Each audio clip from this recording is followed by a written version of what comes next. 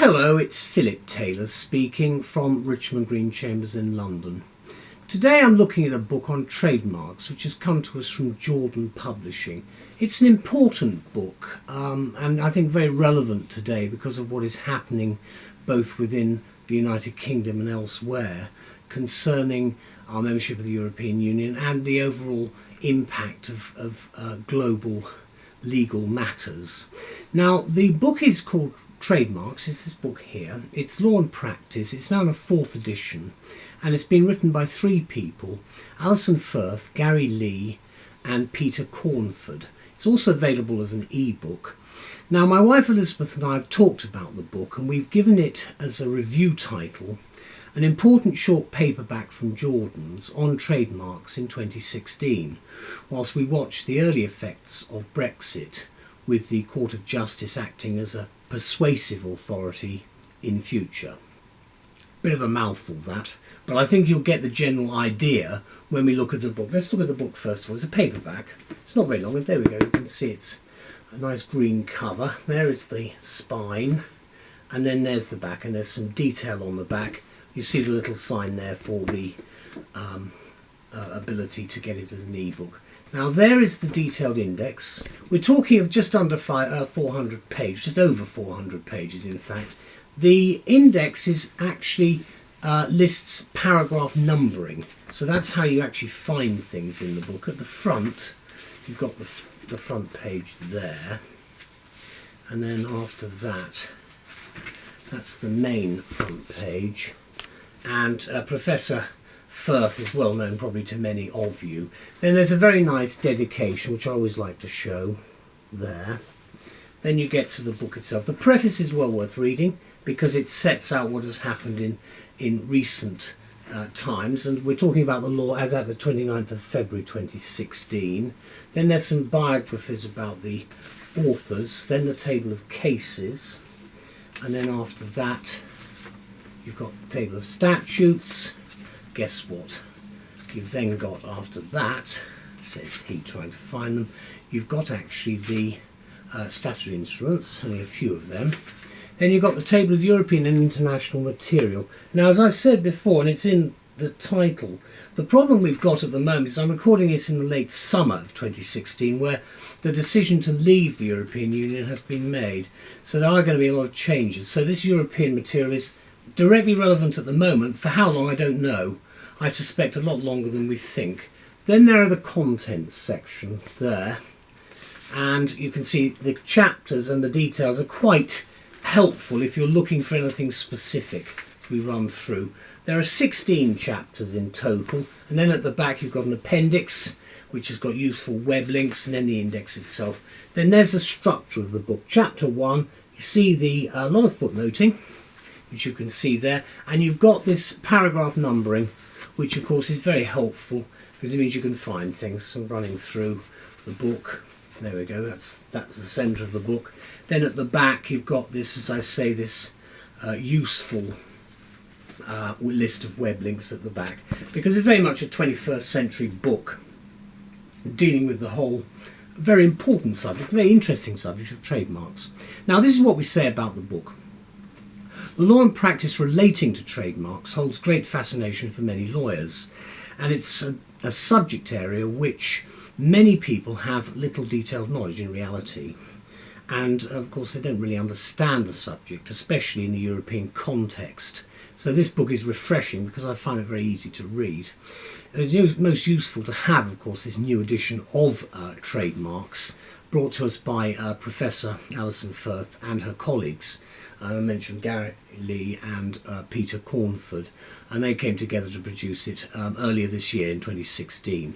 Now, as the authors say, quote, "The courts and legislators have been busy since the last edition appeared in 2012, so this edition has appeared prior to the decision of UK to leave the European Union. Therefore, it's useful to read the preface of the new edition, which I think you'll find the comments will be very helpful on where we are now in the middle of 2016, as the authors do in fact take account in their comments of a possible Brexit And they write this. They say that the Court of Justice of the EU, that's what we now call it, the CJEU,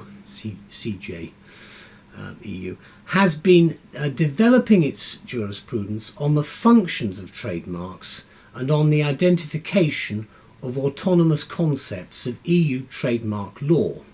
Now, that is the European Court of Justice, or the Court of Justice of the EU.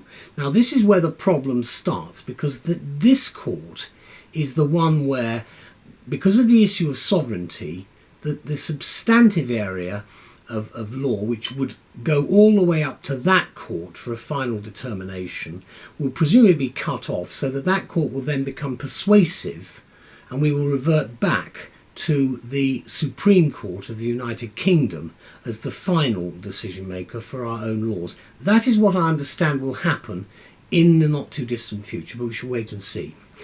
The authors then go on to say that these cases that have been heard by the ECJ, that's the European Court of Justice of the EU, these cases, especially those on reference from the courts of member states, that's of the EU, were driven by many factors, but particularly the growth of online trade, which of course is directly relevant. They leave the best bit to last, saying some of the Court of Justice's decisions have perplexed or exasperated the UK courts, absolutely.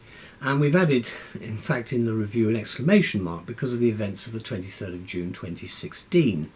And I think what will also assist readers are the comments following Brexit, where they ask, will the UK's trademark landscape change dramatically? Good question.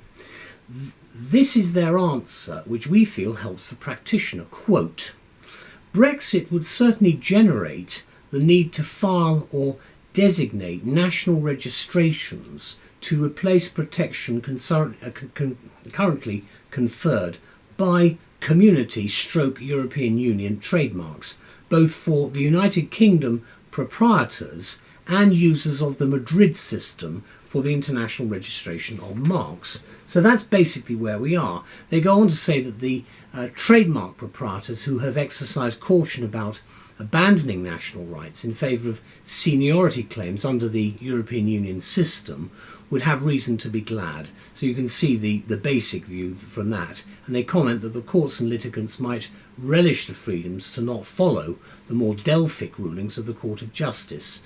Just so, in our view. And of course that has been the opinion by a relatively small majority in the referendum of people who wanted to leave the EU.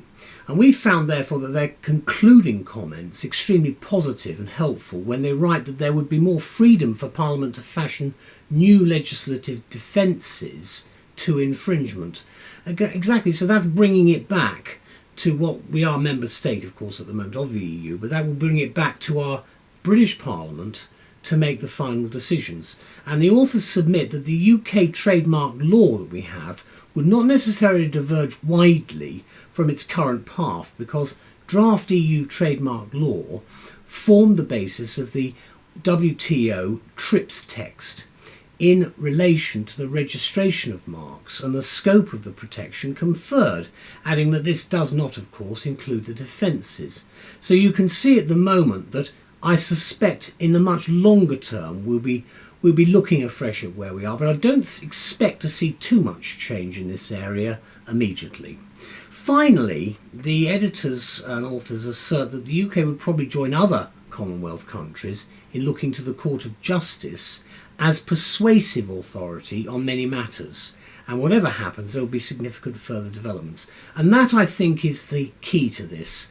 We will be looking at the Court of Justice of the EU as a persuasive authority, which, of course, for people of my generation as lawyers, have always really perceived that that was what the intention was. It was never something, I know that Lord Denning and a lot of other people tried to change some of or to prevent too much of the changeover, but the final decision to move everything onto effectively a European Union-wide model has caused an awful lot of bad feeling in the United Kingdom. Obviously the member states, and I'm sure other member states feel the same way, that they should be the final arbiters of their own, if you like, legal precedent if that's what you want to call it. So therefore the ECJ, whatever you want to call it now, the CJEU, should therefore be only a persuasive authority. And that, I think, is where we're going to get to on Brexit. Let me say finally that with these developments well underway now, probably not be long before we await a new 5th edition of the work. It's an invaluable and straightforward title in my view. Thank you then to all 3 authors and to Jordan's for the new edition. And the 4th edition of the book is as up to date as at the 29th of February 2016. Let's just have a quick look at it again. There's the front page, there is the spine, and then there is the back. And as I say, remember the index is right at the back there. You can see the index and the appendices, or the appendix. And right in the middle, pursuing infringements. You can see the structure. This is chapter 7. You've got paragraph numbering there, and you've got the actual detailed footnotes explaining everything. And do read, as I said before, do read the preface there, because that actually explains where we are.